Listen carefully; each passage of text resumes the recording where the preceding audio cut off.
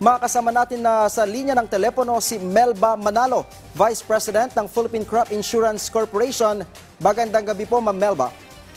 Magandang gabi din sa iyo, aking kasamahan, at sa ating mga tagapakinig. Magandang gabi po sa inyong lahat. Narito naman po ako upang sa ganon magbigay sa inyo ng mahalagang mga impormasyon na makakatulong po lalong-lalo na sa ating mga magsasaka at mga mangingisda. Alright, Ma'am Melba, magkano na po yung assessed na estimated cost of damage sa agricultural sector?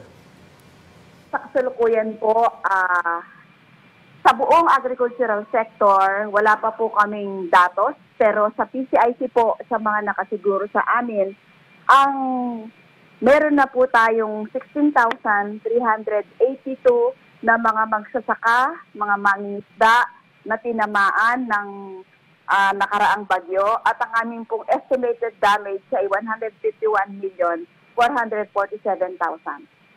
Ma'am, saan po yung pinakamalaki ang pinsala sa agrikultura in terms of region?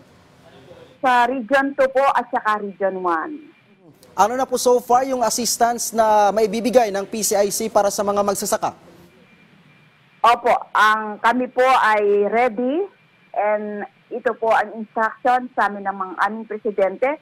No, we will expedite our claims payment para po makabangong muli ang ating mga magsasaka at mga mangingisda upang sa ganun makapagsimula silang muli. Kaya po yung aming pagbabayad, ito po ay aming bibilisan, lalong-lalo na sa mga nasalanta talaga dito sa Region 2 and Region 1. Ma'am, baka may mga nakikinig tayong mga kababayan ngayon na magsasaka. Magkano po yung maring i-avail ng ating mga magsasaka na financial assistance or insurance?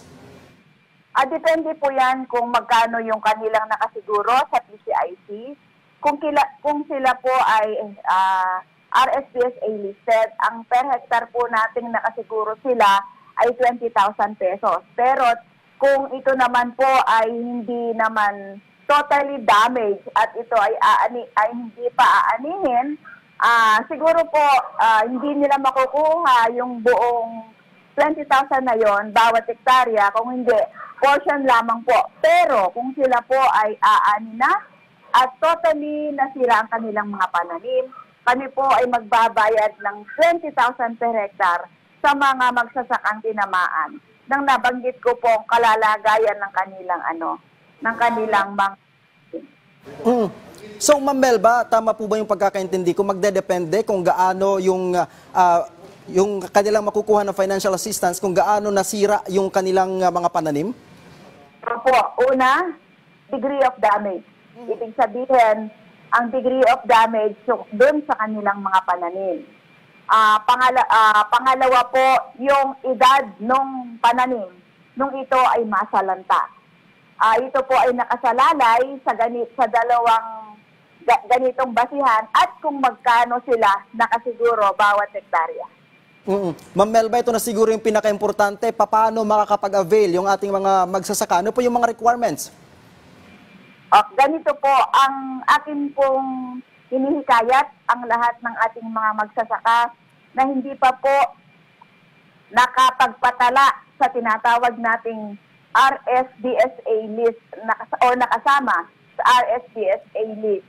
Sila po ay pumunta lamang sa kanilang pinakamalapit na DA, LGU na nakakasaklaw sa kanilang lugar. Sila po ay magpatala at pagkatapos po kung sila ay nakatala na, dalhin lamang po nila yung stub na katunayang sila ay nakatala na. Pumunta po sila sa PCIC kung sila ay magtatanim na ng kanilang mga pananim at magpasiguro po sila sa amin. Ito po ay libre na ipinagkakalob natin sa lahat ng mga RSPSA listed na mga farmers and fishers. Alright, maraming salamat po, Melba Manalo, Vice President ng Philippine Crop Insurance Corporation. Magandang gabi po.